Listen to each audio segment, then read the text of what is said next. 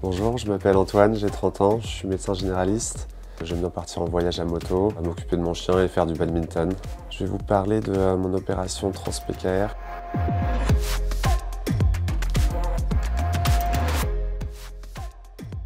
Alors je me suis aperçu que j'étais myope quand j'étais en train de passer mon permis de conduire quand j'avais 18 ans.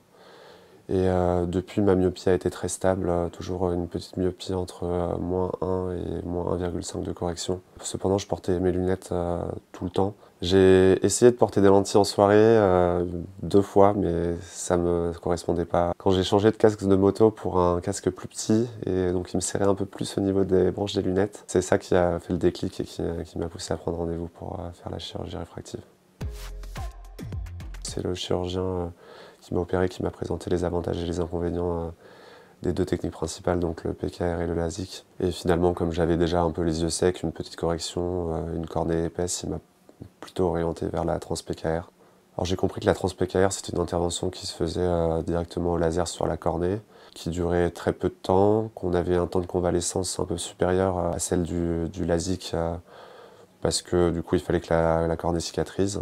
Au moment même de la chirurgie, ça a été très rapide. Je pense que j'ai dû avoir 1 minute 30 de laser à chaque œil, ou même 1 minute.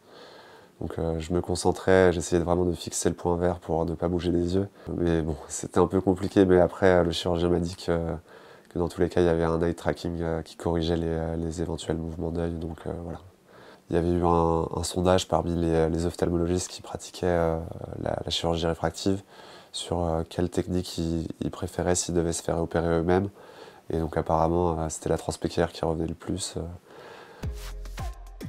Le premier après-midi, je pense que c'était l'après-midi le plus dur dans la convalescence, parce que j'avais beaucoup de larmes qui coulaient, et donc du coup ça rentre dans le nez, et après on passe son temps à se moucher, à avoir mal aux yeux.